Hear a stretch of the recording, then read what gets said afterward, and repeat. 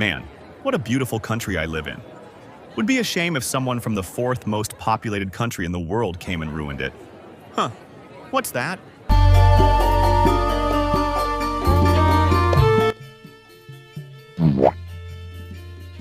That's right, PSHT, one of Indonesia's oldest martial organizations, founded in 1922, over 100 years of legacy, and yet the mental maturity of an unsupervised 10-year-old. PSHT stands for Persaudaraan Setia Hati Teratai, a Pencaksilat organization. Pencaksilat is a traditional Indonesian martial art that encompasses aspects of sport, art, and self-defense. Allegedly, they say PSHT exists to foster a harmonious community that participates in development while teaching people discipline, what's right and what's wrong. Sounds nice, right? So ignore all of that. Case in point, just look at this.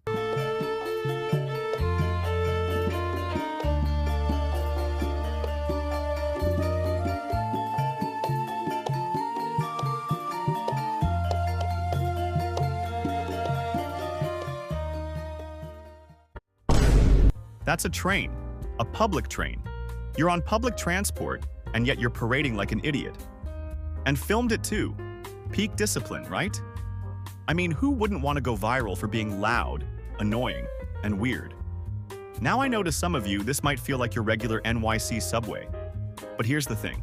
They're not even in their own country. They're in Japan, a country that's basically allergic to public noise. This isn't even a one-off. Here's another example of them disturbing what would otherwise be a perfectly normal road. At least do it in your own country. At least the people there will welcome you with open arms, right? Oh, so I guess even their own country doesn't like them. It's not hard to imagine why there's hundreds of articles discussing their not-so-great behavior.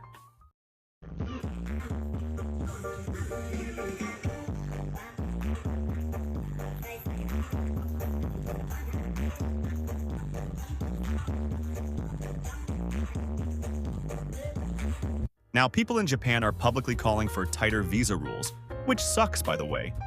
Because real workers, students, and tourists, people who mind their own business, will now get treated like ticking time bombs, all thanks to a bunch of martial monks who confuse ego for identity. What's worse is that every time they're called out, they respond by saying Sherlock, which basically means they want to know your location, essentially asking for a fight. Now let's get real for this last part. Recently, a group of PSHT members assaulted a group of men.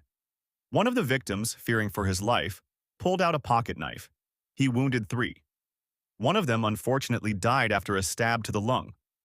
Was it justified? Was it self-defense? Does it even matter when everything starts with senseless provocation? It is especially disheartening because Pencaksilat is a martial arts that are created to improve physical, mental, and spiritual self, as well as a means of self-defense and cultural preservation. So, to see the person wielding it being prideful, arrogant, and even using them as a threat all while being boastful about it is a special kind of mournful irony.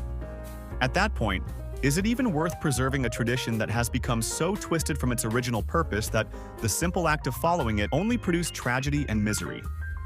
I genuinely hope they realize, just because they study martial arts doesn't mean they're morally superior. Because what's the point of learning all of that if you're not using them for good?